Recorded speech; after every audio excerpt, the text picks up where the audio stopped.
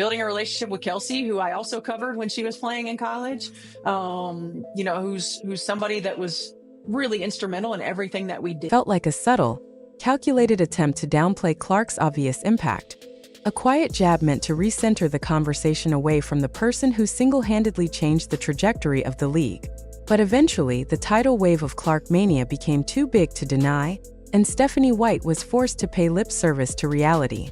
And now here she is again, back on the same tired script, using one of the biggest platforms available, Sue Bird's Bird's Eye View podcast, to turn the fire on Clark's fan base.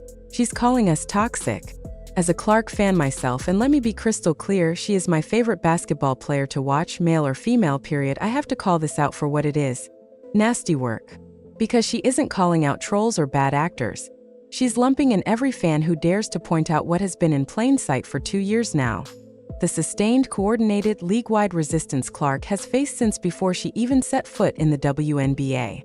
And while White is wagging her finger at the supporters, what exactly is she ignoring? She's ignoring the very public, very documented actions of the players and the league itself. This isn't about unruly fan behavior on social media. This is about the league helping to create the very environment it now pretends to condemn. Players were the ones who lit this fuse, long before training camp even started. We had Angel Reese talking openly about players jumping to competing leagues like unrivaled before the season even tipped. We had players like Sata Sabali calling out financial dysfunction, and entire all-star teams wearing "Pay Us What You Owe Us" shirts. These weren't fan tantrums. They were player-led declarations of division, grievance, and instability. The institutional mess that White pretends came from fans didn't start in the comment sections. It started inside the league itself. And blaming the people who showed up, sold out arenas, and saved the product is not just dishonest, it's deflection at its finest. Basketball hadn't experienced this boom in popularity, which is largely in part to star players like Caitlin Clark, Angel Reese, and Paige Beckers. I don't know why they keep trying to throw them in it. I get Angel Reese did bring some popularity, Paige Beckers did too, but they don't need to be a part of the Caitlin Clark conversation. Caitlin Clark is the reason for the boom in the WNBA, point blank, period. It's not because of no Angel Reese. It's not because of no Paige Beckers. They had some of the lowest attendance for their games throughout the entire season. So I don't know why they keep trying to lump them in with Caitlin Clark. But whatever. It's hard to imagine the WNBA players would get vastly increased salaries they're going to receive as part of a ratified CBA, or at least their salaries wouldn't have increased to the same degree. Now, we know they wouldn't be asking for all this money if it wasn't for Caitlin Clark. White and others love grouping Clark with Angel Reese and Paige Beckers whenever they talk about the WNBA's surge in popularity. They keep trying to dilute Clark's impact by spreading the credit evenly, as if the boom magically appeared from a collective trio. Let's shut that down immediately. Reese and Beckers are talented, no dispute there, but pretending the current wave of attention is evenly distributed is simply not truthful. The numbers don't support it. Clark was selling out every arena she entered, while many other star players, even after massive college success, saw far more modest attendance. Framing the surge as a group effort isn't analysis. It's narrative management. It's a way to spread credit thin enough that no one has to openly admit what everyone already knows. One player fundamentally shifted the economic landscape of the league, and that's exactly why White's comments feel so off. She's fixating on toxicity in Clark's fanbase while ignoring the context that created the tension in the first place.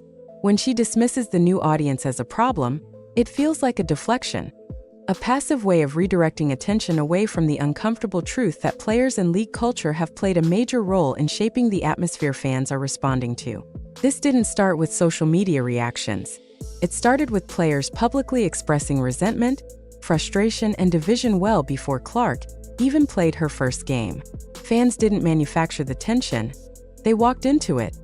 We all saw players go on national platforms saying they didn't want certain fans. We saw press conferences where players expressed frustration that opposing stars were getting cheers in their arena. We saw reactions to boos and applause treated like personal offenses. Fans cheering, booing, supporting players they admire. That's sports. That's normal.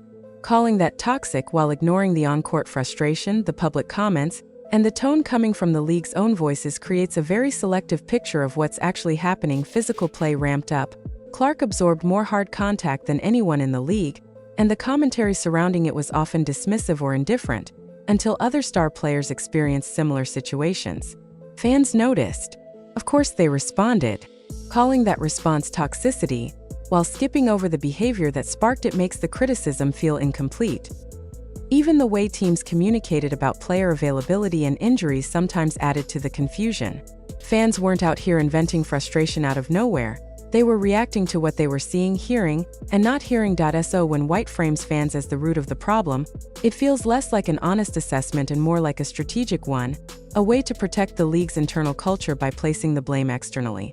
And that's why her comments hit so poorly with the people who have poured money, attention, and passion into lifting the league to new heights. If White wants to talk about what needs to change, then let's talk about everything that needs to change: the schedule, the CBA, the workload, the officiating, the communication, the league culture.